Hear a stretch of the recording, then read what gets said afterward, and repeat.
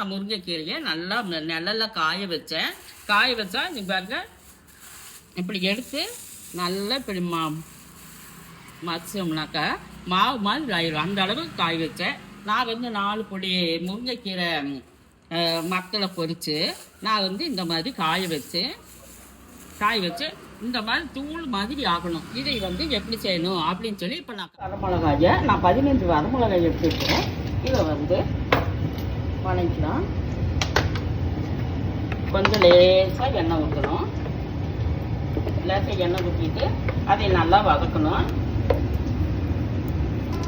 இந்த 15 மிளகாயை கொஞ்சம் சிம்மில் வச்சு நம்ம வதக்கணும்.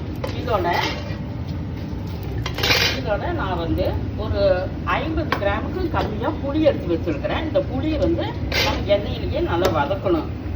ஏன்னா 1 மாதத்துக்கு ஸ்டோர் பண்ணி வைக்க போகிறோம். அதனால் கொஞ்சம் எண்ணெய் போட்டு நல்லா வதங்கணும். அப்புறம் உப்பு 1 ஸ்பூன் பெரிய ஸ்பூனில் உப்பு எடுத்துருக்கிறேன். இதையும் சேர்த்து நம்ம வணக்கணும். அதோட 50 கிராம் பூண்டு எடுத்து வச்சுக்கிறேன். நல்லா நாட்டு பூண்டு எடுத்து வச்சுக்கிறேன். இதையே சேர்த்து நம்ம வணக்கிடலாம். நல்லா வதங்கணும். அப்போ தான் நம்ம ஒட்டு பார்த்தாக்க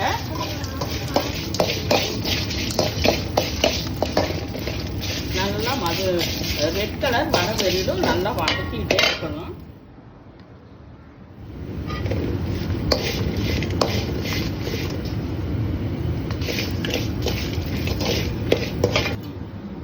இப்போ இது வதங்கிடுச்சு. ஸ்டவ் ஆஃப் பண்ணிக்கலாம். இப்போ நான் முருங்கைக்கீரை கையாலேயே நல்லா மசிச்சு இந்த மிக்சி ஜாரில் போட போகிறோம்.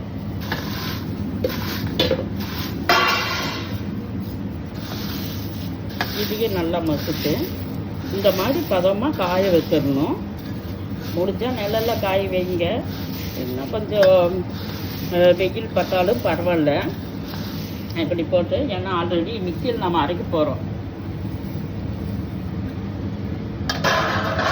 இப்போ புளி மிளகாய் பூண்டு எல்லாமே நல்லா வதங்கிருச்சு.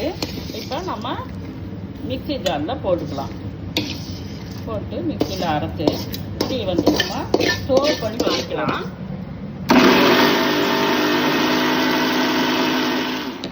சூப்பராக அரைப்பட்டுச்சு. இதே மாதிரி இதை நம்ம ஸ்டோர் பண்ணி வச்சுக்கலாம்.